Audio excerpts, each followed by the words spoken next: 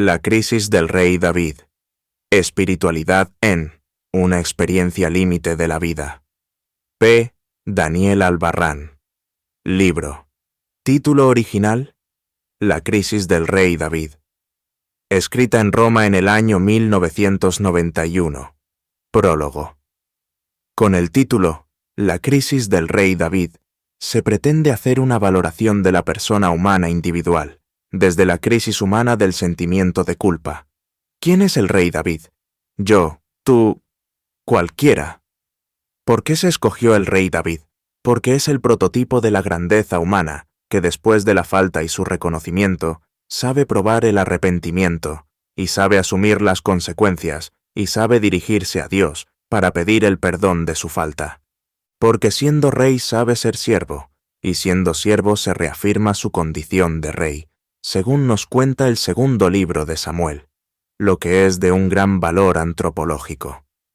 ¿No se corre el peligro de un anacronismo o de forzar la imaginación al darle vida a un personaje bíblico? Tal vez. Pero no olvidemos que la literatura puede inventar los personajes y los sucesos más desbaratados e imaginables posibles. Además, tampoco se trata en el caso presente de una historia, sino de literatura propiamente, pero que no por ello deja de ser interesante. Entonces, ¿se trata de religión o de un pretexto para hacer campaña a la Iglesia?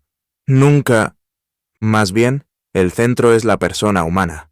Es de gran contenido psicológico y antropológico.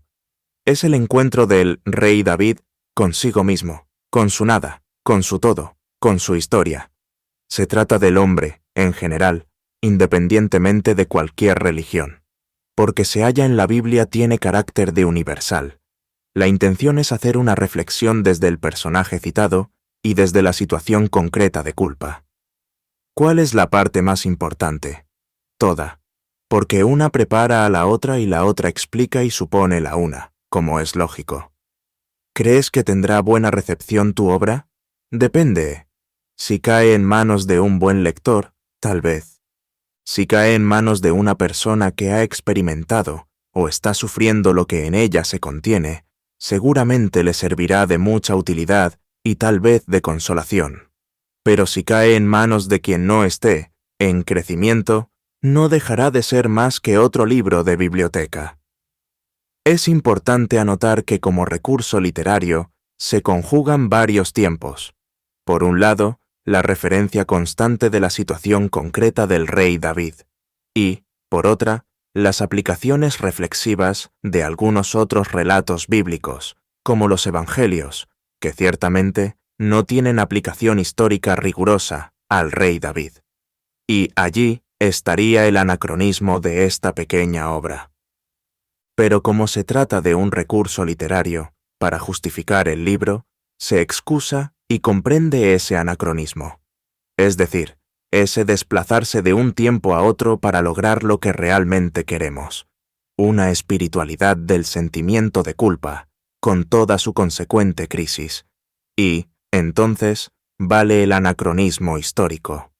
Porque la idea principal no es la rigurosidad a los tiempos históricos, como tal, sino la validez del sentimiento de culpa, generados después del error.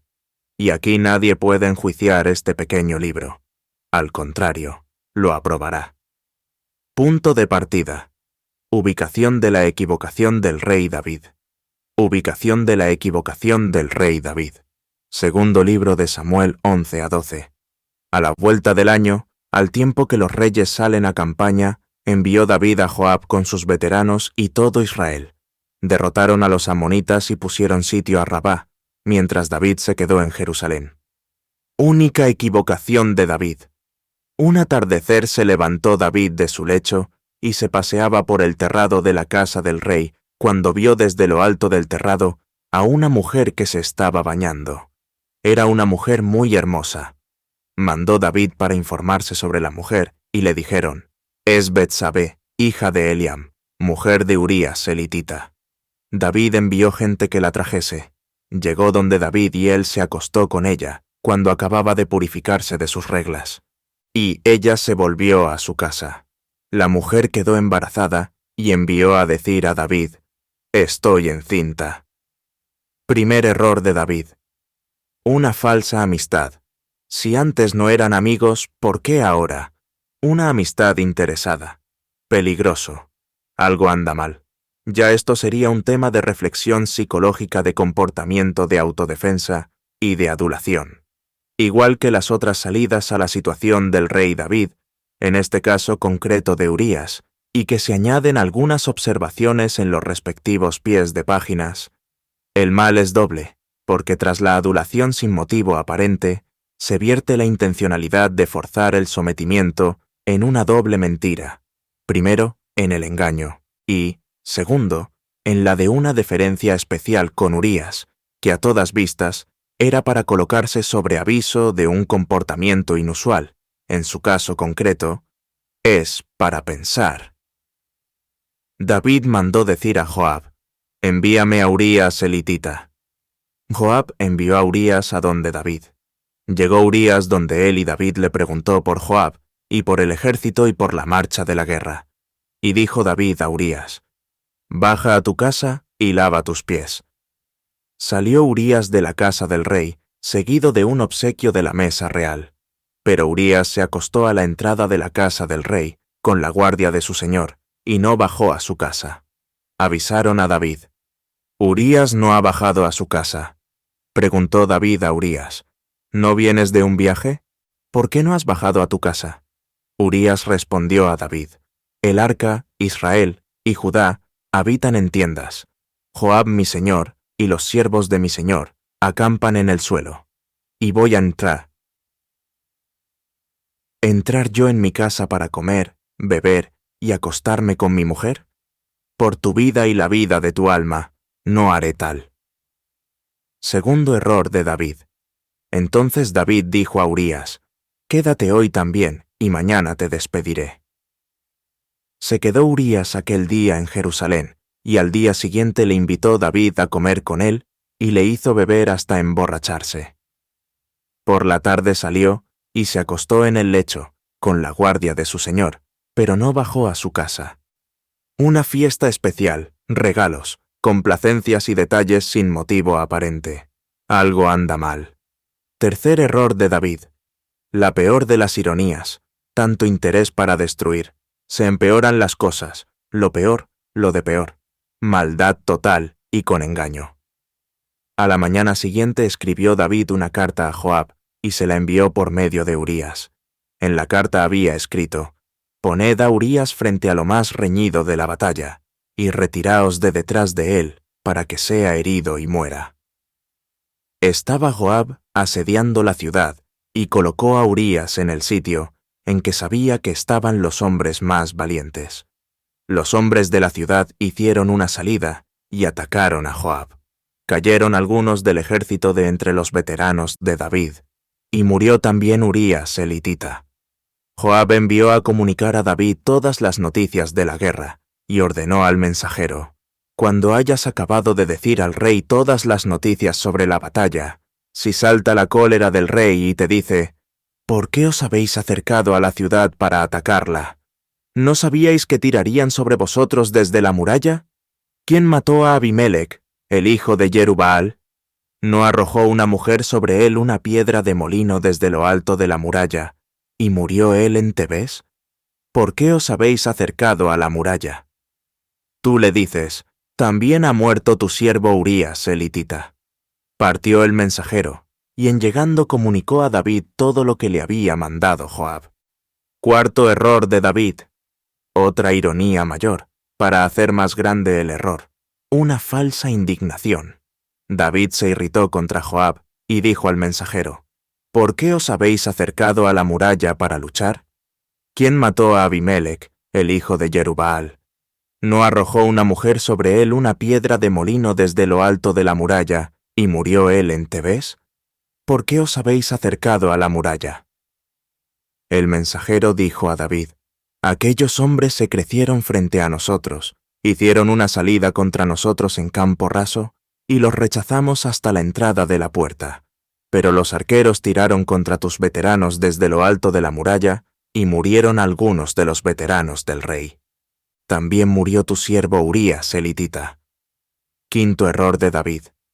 Para completar sus errores, una falsa venganza, ironía tras ironía. Entonces David dijo al mensajero: Esto has de decir a Joab: No te inquietes por este asunto, porque la espada devora ya a uno ya a otro. Redobla tu ataque contra la ciudad y destrúyela, y así le darás ánimos. Logro total de lo que quería David. Supo la mujer de Urías que había muerto Urías, su marido, e hizo duelo por su señor. Pasado el luto, David envió por ella, y la recibió en su casa haciéndola su mujer. Ella le dio a luz un hijo, pero aquella acción que David había hecho desagradó a Yahvé. David y la voz de su conciencia. Envió Yahvé a Natán donde David, y llegando a él le dijo: Había dos hombres en una ciudad, el uno era rico y el otro era pobre. El rico tenía ovejas y bueyes en gran abundancia. El pobre no tenía más que una corderilla, solo una, pequeña, que había comprado. Él la alimentaba, y ella iba creciendo con él y sus hijos, comiendo su pan, bebiendo en su copa, durmiendo en su seno igual que una hija. Vino un visitante donde el hombre rico, y dándole pena tomar su ganado lanar y vacuno para dar de comer a aquel hombre llegado a su casa, tomó la ovejita del pobre, y dio de comer al viajero llegado a su casa. David se encendió en gran cólera contra aquel hombre, y dijo a Natán: Vive Yahvé, que merece la muerte el hombre que tal hizo. Pagará 4 veces la oveja por haber hecho semejante cosa, y por no haber tenido compasión. Entonces Natán dijo a David: Tú eres ese hombre. Así dice Yahvé, Dios de Israel: Yo te he ungido rey de Israel, y te he librado de las manos de Saúl. Te he dado la casa de tu señor, y he puesto en tu seno las mujeres de tu señor. Te he dado la casa de Israel y de Judá. Y si es poco, te añadiré todavía otras cosas. ¿Por qué has menospreciado a Yahvé, haciendo lo malo a sus ojos, matando a espada a Urías elitita, tomando a su mujer por mujer tuya, y matándole por la espada de los amonitas? Pues bien, nunca se apartará la espada de tu casa, ya que me has despreciado, y has tomado la mujer de Urías elitita para mujer tuya. Así habla Yahvé: Haré que de tu propia casa se alce el mal contra ti. Tomaré tus mujeres ante tus ojos, y se las daré a otro que se acostará con tus mujeres a la luz de este sol. Pues tú has obrado en lo oculto, pero yo cumpliré esta palabra ante todo Israel y a la luz del sol. David dijo a Natán: He pecado contra Yahvé. Respondió Natán a David: También Yahvé perdona tu pecado. No morirás. Pero por haber ultrajado a Yahvé con ese hecho, el hijo que te ha nacido morirá sin remedio. Y Natán se fue a su casa.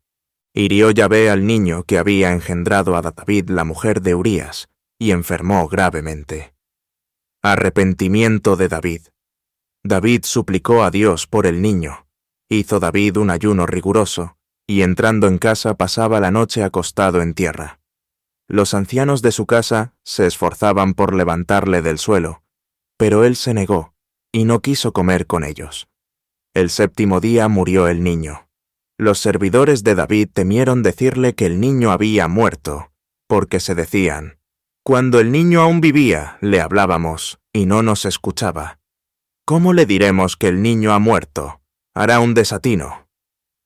Vio David que sus servidores cuchicheaban entre sí, y comprendió David que el niño había muerto, y dijo David a sus servidores: ¿Es que ha muerto el niño?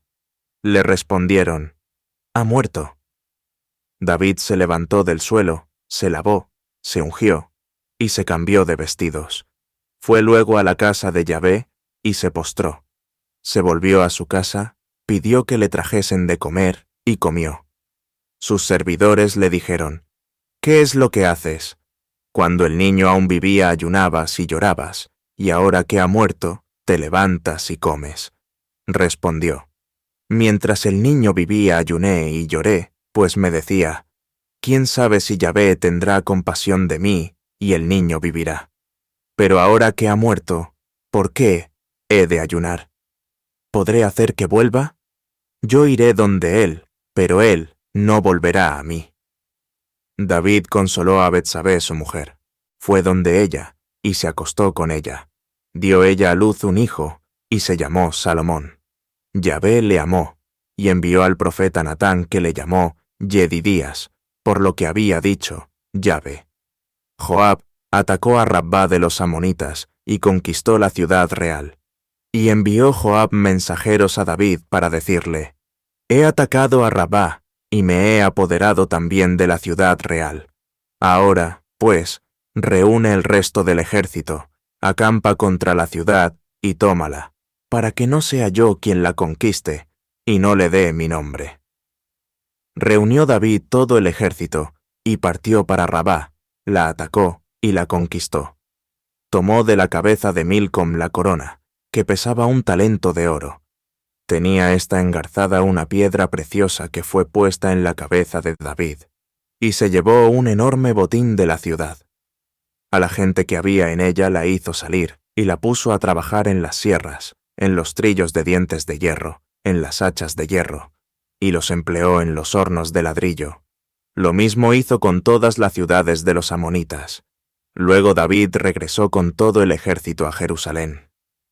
Primera reflexión. Desenmascaramiento. Carácter moral.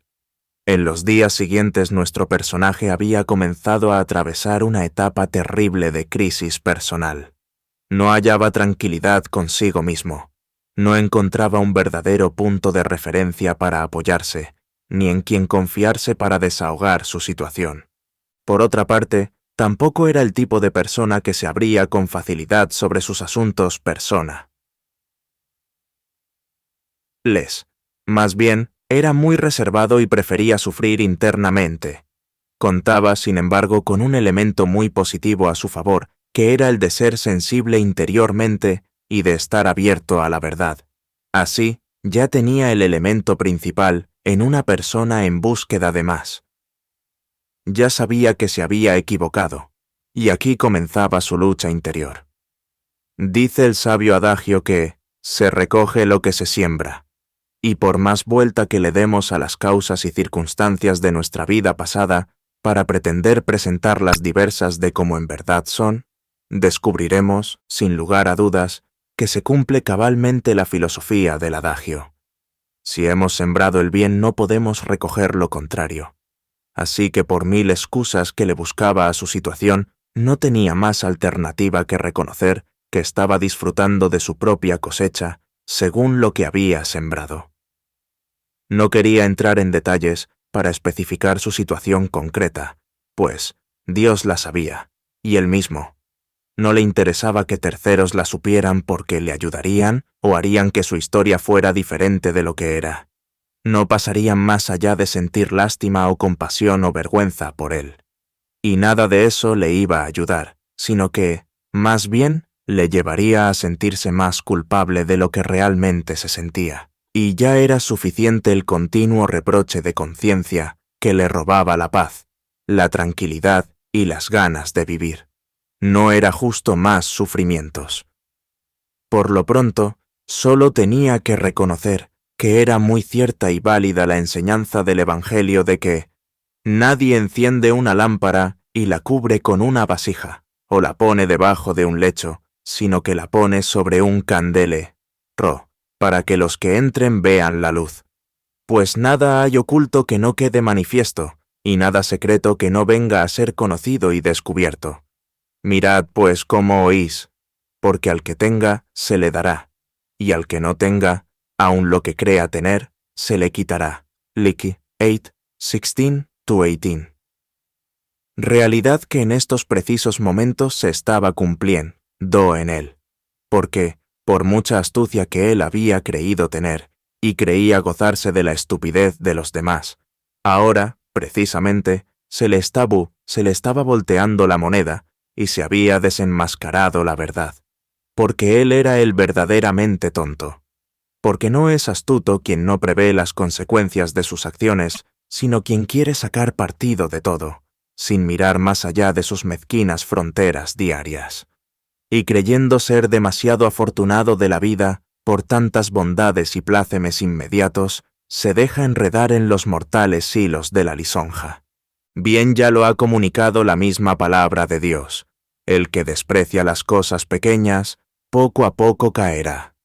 Presentes y regalos ciegan los ojos de los sabios, como bozal en boca ahogan los repro. Ches, toclo, debet nadeset, et no, vadeset y debet.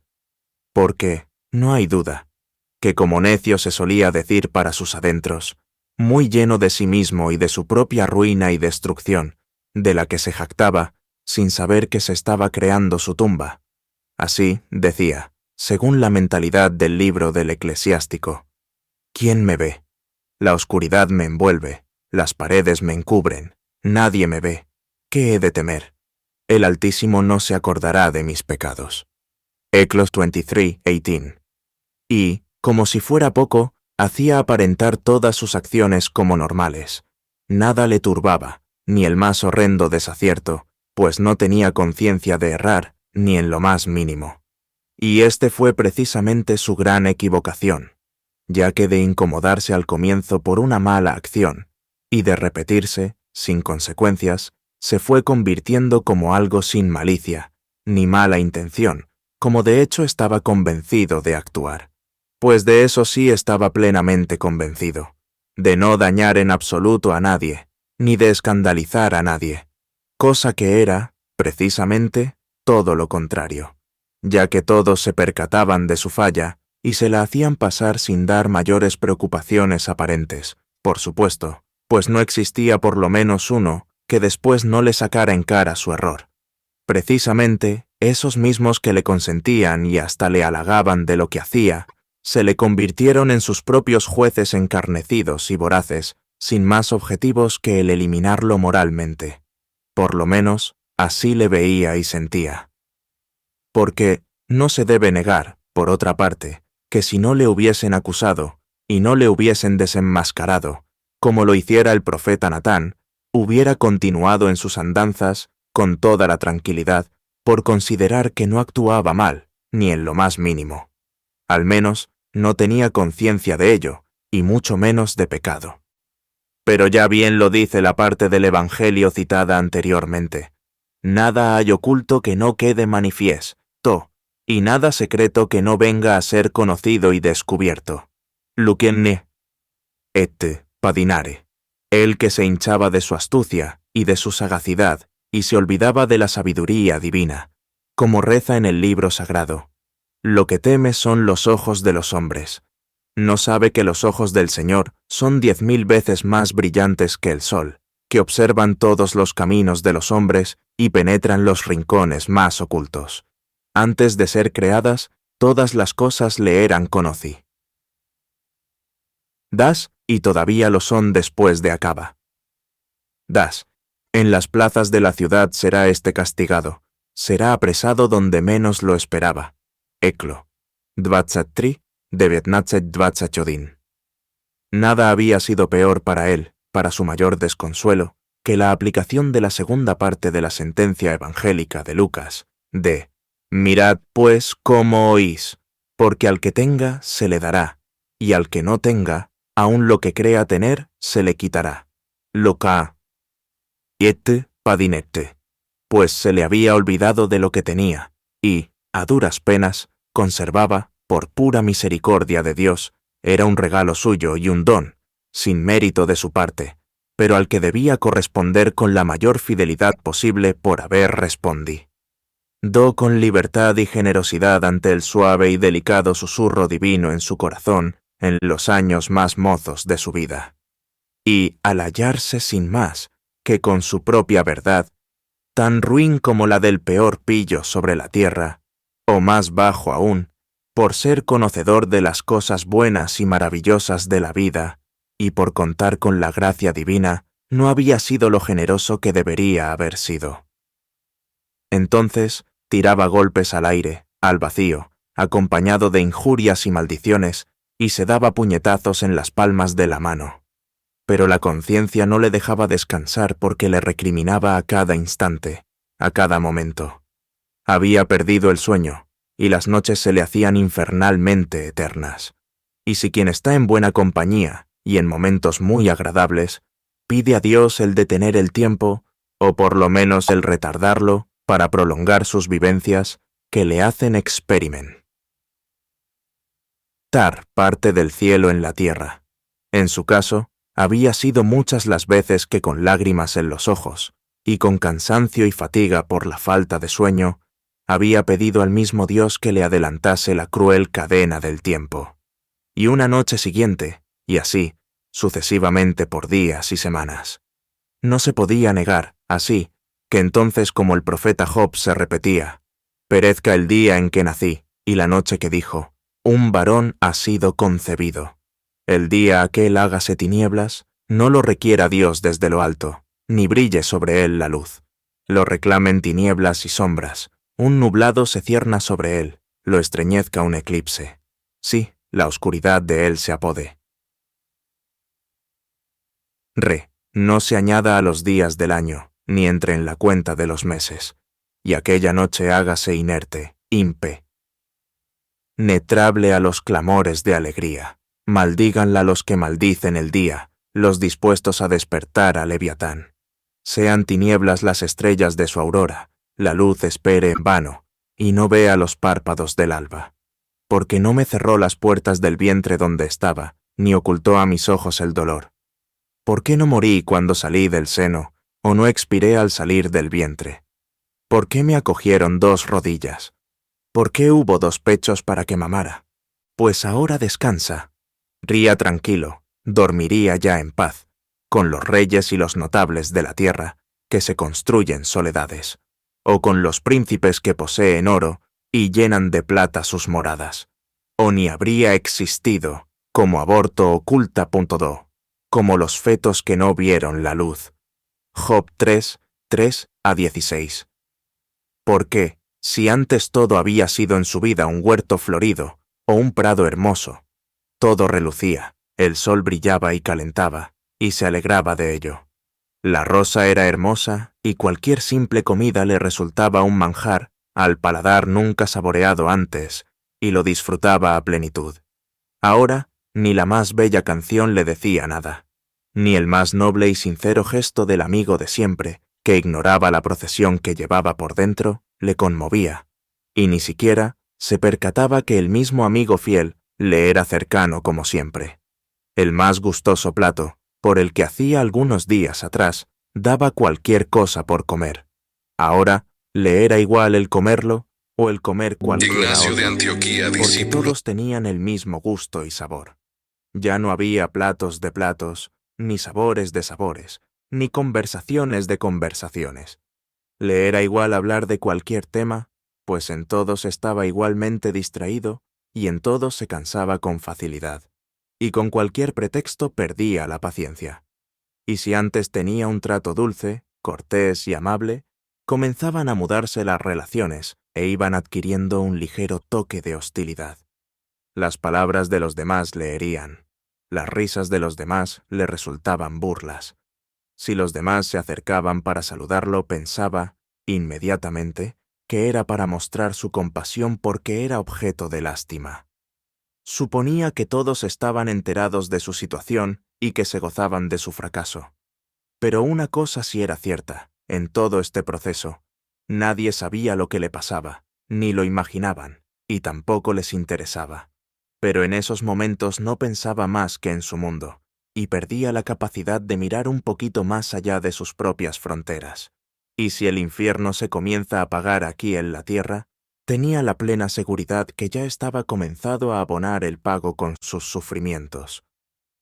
Sufría y se deseaba ardientemente la muerte. Deseaba desaparecer. Quería pasar al anonimato. Se arrepentía de haber hecho nombre o que lo nombraran. Se arrepentía de haber hecho cosas buenas alguna vez, porque las malas de ahora opacaban a aquellas y las desmentían. Sí, prefería la muerte, porque era la escapatoria a la realidad, porque aquí era donde se encontraba el centro de la cuestión. Quería huir, y veía que la muerte, por lo menos, era la solución definitiva. y volvía a experimentar la línea del sentimiento de la crisis de Job, a diferencia de que él sí era justo. Si digo, mi cama me consolará, compartirá mi lecho mis lamentos. Con sueños entonces tú me espantas, me saltas con visiones. Preferiría mi alma el estrangulamiento, la muerte más que mis dolores. Ya me disuelvo, no he de vivir por siempre. Déjame ya, solo un soplo son mis días. Job, sedam, trinaest, dosesnaest. Era la desesperación y el deseo de la solución.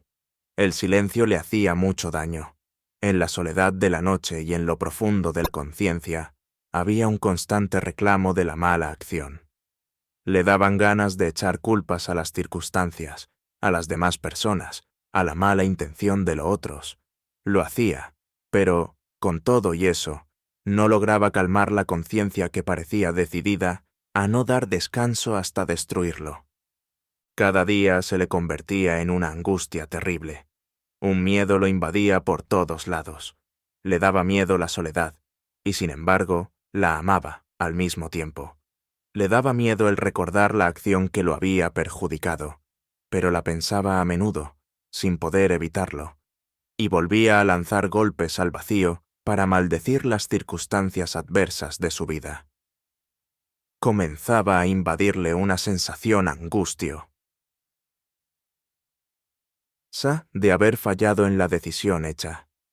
Todas las vueltas y giros mentales que daba lo llevaban a pensar que sin duda no estaba para lo que actualmente era, rey, y comenzaban a fallar los cimientos de su existencia, porque significaba que no había sido ni jamás sería persona feliz y realizada, precisamente porque había fallado desde el comienzo. 1000 recuerdos lo visitaban y le turbaban el pensamiento. Todo le confirmaba que, de hecho, estaba equivocado desde el mismo inicio de la decisión, y le dolía amargamente el saber y el pensar que hubiera sido así, lo que significaba, igualmente, que tendría que comenzar de nuevo. Y sufría mucho, y más, todavía. Y era un sufrimiento que no le daba reposo ni calma, un sufrimiento que le enflaquecía, tanto el alma como el cuerpo. Era un sufrimiento que le asfixiaba y que le ahogaba, a la vez. No encontraba respiro, no encontraba sosiego, no encontraba palabra de consuelo, ni momento de felicidad. Todo le llevaba a hacerse la idea que era, sencillamente, un fracasado.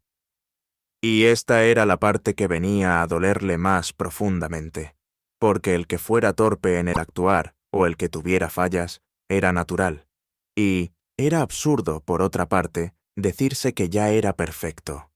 Pero el pensar en la posibilidad de haberse equivocado era reconocer, prácticamente, que había perdido el tiempo más hermoso de su vida. Toda una juventud entregada a un ideal que lo superaba. Todos unos años bellos que pudo haberse dado en formar una fama y un nombre, sin necesidad de complicaciones sociales y morales. Lo que significaba que si era capaz de emprender otro estilo, dejándolo todo, a costa de un poco de tranquilidad de conciencia y un poco de paz mental, tendría que empezar de cero y de nada. Y esto le resultaba realmente terrible e insoportable. El pensar que había perdido el tiempo en todo a beneficio de nada le hacía sufrir. El pensar que todo el mundo había estado en sus manos y que pudo haber hecho una justa elección vital y que se había equivocado, entonces sí que le resultaba desesperante y desconsoladora su propia situación, y sentía ganas de enloquecer. Pensar que lo de los años de jóvenes fue solo un sueño y un romanticismo sin sentido, un sacrificio a una quimera, al aire, a nada, a la propia destrucción. El comprender que en él se hacía, simplemente, la realización de la verdad evangélica de aquel hombre que empezó a construir y no fue capaz de terminar. Y no sabía entonces qué posición tomar, si la de Judas o la de Pedro. No había duda, ni mucho menos, que se encontraba arrepentido, pues los dos personajes igualmente lo estaban. Y no le quedaba más alternativa que tomar la de Pedro, porque la primera le era muy drástica, aunque no negaba, que sería la que más le convendría para huir de él mismo y de su realidad. Segunda reflexión. Enfrentarse. Asumir la culpa. Una vez comenzada su conversación personal, consigo mismo y su soledad, nuestro rey David dio riendas sueltas al análisis de su propia situación. No había sido fácil, sin embargo, asimilar la fase anterior. Más aún creía que ni siquiera la había asimilado, ni mucho menos asumido. Pero por ahora reconocía que había hecho, por lo menos, un adelanto al tratar de hacerle frente a su situación, y, sobre todo, de reconocer que estaba equivocado en su actuar y en su estilo de vida. Reconocer que estaba viviendo con dos caras ya era un adelanto y un paso muy grande. Reconocer que no había querido percatarse que su vida se hallaba dividida entre el ejercer unas funciones en la sociedad y el aparentar honestidad cuando no tenía ni la más mínima idea de lo que ésta significaba. Ya se había acostumbrado a vivir así, que no hacía ningún tipo de problema. Había sido necesario el desenmascaramiento, por cierto, que no había sido, en lo absoluto, nada agradable. Ahora le correspondía enfrentar la vida, su propia realidad, su propia situación. Sabía que desde el lado que se situara no iba a encontrar ni paz ni tranquilidad de conciencia, porque era un continuo reclamo interior. Sabía que había sido falso y que no debía continuar en el camino que había elegido y para el que había sido elegido, ser rey. Pero, por otra parte, no se sentía con las fuerzas necesarias de comenzar otro estilo de vida. Sobre todo le daba miedo, le daba vergüenza, le preocupaba el sentirse señalado por los demás y el de sentirse recriminado. Se preguntaba, ¿a dónde fue a terminar tanta fatiga? Era duro saber que había fracasado y que había vivido en un estilo de vida equivocado. Era más duro aún saber que había hecho mucho daño a personas que había y que le habían querido bien. No era fácil, sobre todo, porque se encontraba dividido y destruido internamente. No sabía en qué refugiarse. Por más que trataba de buscar consuelo en la oración, no la encontraba. Había acudido con mayor frecuencia al sacramento de la confesión para purificar su conciencia y para generar efectivamente su expiación, pero se sentía desfallecer. Había tratado de conversar con algunos amigos sobre su situación, pero solo había hecho el intento. No quería ser objeto de lástima para ninguno. Ya con que él mismo se sintiera lástima, era suficiente. Sabía que tenía que hacer algo para remediar su situación. Se había sentido fuertemente atraído por la solución de cambiar su vida, rotundamente. Sabía, sin embargo, que era apresurado decidir y que en tiempos de crisis no se debe tomar ninguna decisión. Pero con todo y eso, no veía luz en su sendero. No veía perspectiva de futuro alentador, sino todo lo contrario. Todo parecía ir en su contra. Era como un túnel sin salida, oscuridad a la izquierda, a la derecha, de frente y detrás. Y sentía hasta como si le faltara el aire, el aliento para respirar en medio de tanta oscuridad junta y puesta allí, como para tragárselo lentamente, sin decidirse a hacerlo de una vez, y apresurar así su final y su angustia. Humanamente no había más solución que la de desistir y comenzar de nuevo. Tercera reflexión. Sufrir y llorar. El proceso de la madurez. Sentía que si en la vida todo fuera tan sencillo como aquello del dicho popular de borrón y cuenta nueva, sin duda que no sería difícil el vivir. Pero no era tan simple. Por más que se dijera, mentalmente, que no había sido gran cosa su propia falta. Por más que tratara de decirse que, después de la tormenta viene la calma, y que, más allá de las nubes, sigue brillando el sol. Por más que se dijera todo eso, había un sentimiento de culpa que no se le separaba jamás. Era un dolor que le dolía allá, en lo más profundo de lo profundo de su ser. Allá, donde no llegaba una palabra de aliento, ni un gesto de consuelo, ni una sonrisa sincera. Allá, más allá, de no se sabía dónde, y que no sabía precisar, pero que sentía, vivía aquí y que consumía desesperadamente su existencia. Allá, en ese sitio donde se ubicaban las ganas de vivir y su razón de ser, y que no encontraba la forma, ni la imagen, ni la manera de explicar. Allá como en el más abajo, todavía del más abajo, que se encuentra en el ser mismo.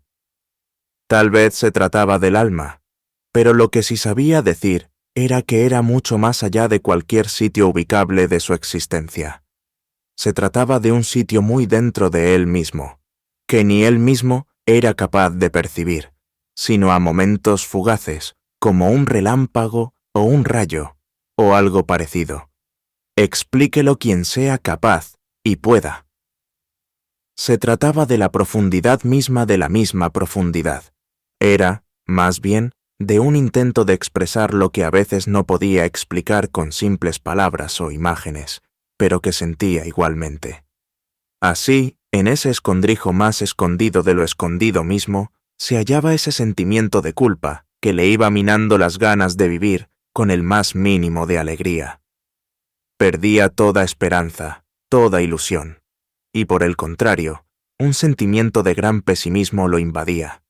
Una gran tristeza se iba adueñando de su ser, y tenía que vivir así. Y no había mayor sufrimiento que vivir descontento consigo mismo.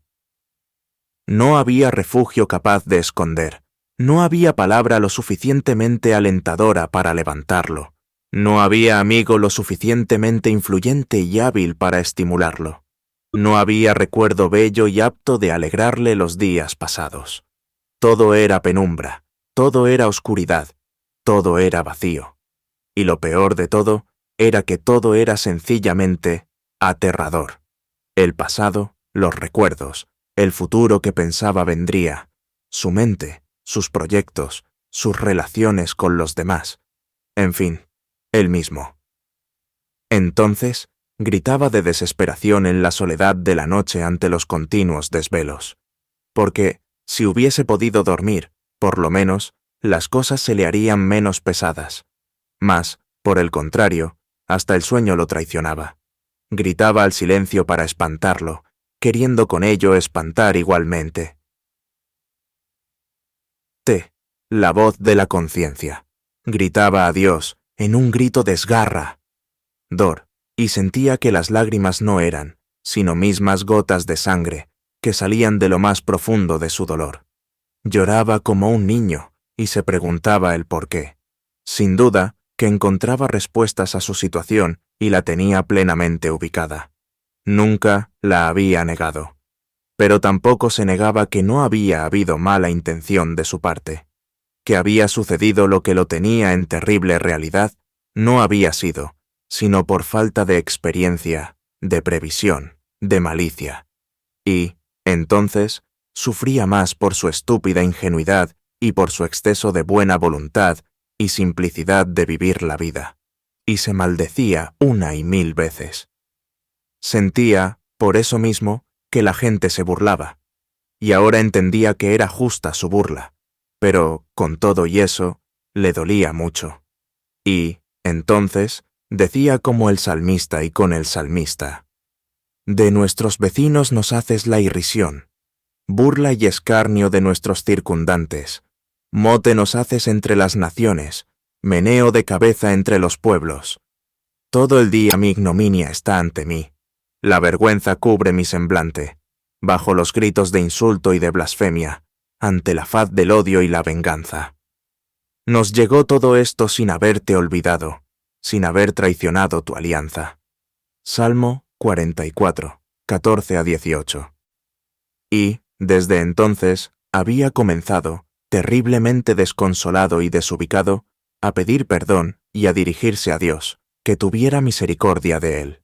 Nunca antes el espíritu de los salmos le habían parecido tan propio para él. Era, ahora, cuando comenzaba a sentir que los salmos eran parte de su propia realidad desgarrado punto, ra. Así, el número 51 resonaba insistentemente en su mente y comenzaba a tener sentido y valor. Tenme piedad, oh Dios, según tu amor. Por tu inmensa ternura borra mi delito. Lávame a fondo de mi culpa, y de mi pecado purifícame. Pues mi delito yo lo reconozco.